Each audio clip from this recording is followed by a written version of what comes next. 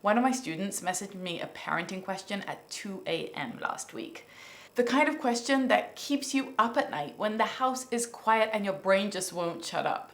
But I was asleep. But here's the cool thing. She got an answer in 4 seconds flat anyway, and it sounded just like me. Because I have just built an AI that is trained on all of my methods, on all of my programs, and on over a decade of my coaching calls. It's not me, it's AI, but it sounds like me and it answers just like I would 99% of the time. Plus, it's a fraction of the cost of time with me. And you don't even have to book a call or put pants on to use it. You can ask it anything, anytime. Let me show you inside. Okay, so let's take a question that a real coaching client has given me recently and see how the AI version of Avital would answer. Here's what she wrote. I went for a glass of water at 2 a.m. and there was a glow under his door. He'd taken the phone I thought was charging in the kitchen and was wide awake, scrolling. I didn't even feel angry. I felt sick. What do I do with that? Okay, so AI Avital has answered, and we're going to check her answer if this is something that I would answer and if it's something that's useful to you. And as I'm reading, notice how different this is from just asking a regular AI. Sarah, that sick feeling is your gut telling you something true. This isn't about the phone, it's about trust. And the fact that your 14-year-old just chose deception over the boundary you set together. The good news, the sick feeling is useful. It's clarity. It means you know exactly what this is and what it requires from you now. So here's what to do with it. You sit with Ethan today. Not tonight, not when you're both tired, but sometime this afternoon or early evening when you're calm and he's not in the middle of something, and you tell him what happened and what it means. Here's the script. Ethan, I came down for water at 2 a.m. last night and I saw the light under your door. You had taken the phone from the kitchen and were awake scrolling. I didn't say anything in the moment because I needed to think about it first. Here's what I want you to understand. I'm not angry with you that you wanted to be on your phone. I get it. The pull is huge. Your friends are there. The whole world is there. But I am really concerned that when we make an agreement as a family, you went behind my back and did something you know is not allowed. Trust takes a long time to build, and it can be destroyed in one night. That's what is at stake here.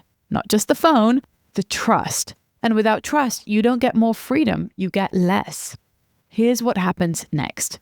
The phone is gone for now. Not forever, not as punishment for punishment's sake, but as a natural consequence. He used it in a way that broke your trust, so he doesn't have access to it until he rebuilds that trust. A week minimum, maybe 2.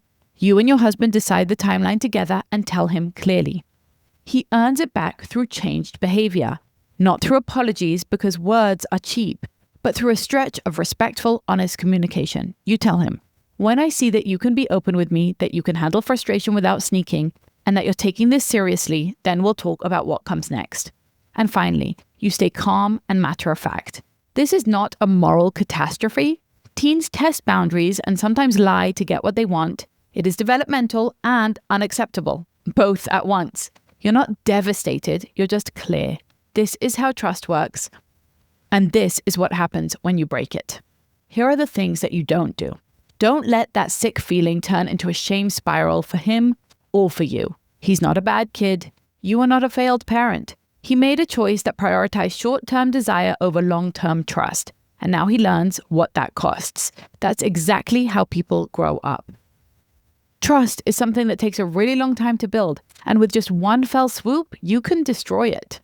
You felt sick because you love him and you saw him choose poorly. Now you show him that love means holding the line. Not because you're punishing him, but because you're teaching him how the world works. People who sneak lose privileges. People who rebuild trust earn them back. Go have the conversation. Let me know how it lands. All right, I think that's exactly what I would say. And in fact, I've been in a similar situation to Sarah here, and that is exactly what I have done with my children. Now, how useful would this be to you if you are facing some kind of parenting challenge? Sibling rivalry, bedtime struggles, homework issues, or phone battles. Whatever it might be, ask Avital or AI Vital. After over a decade of coaching parents and raising 5 kids myself, I can tell you that most of us struggle with the same types of things. The phone, the attitude, the homework battles, the screen time battles, the sibling rivalry. These are the types of things that all parents contend with. But here's the thing, every child is different. Every family is completely unique. And actually, we need highly personalized coaching sometimes.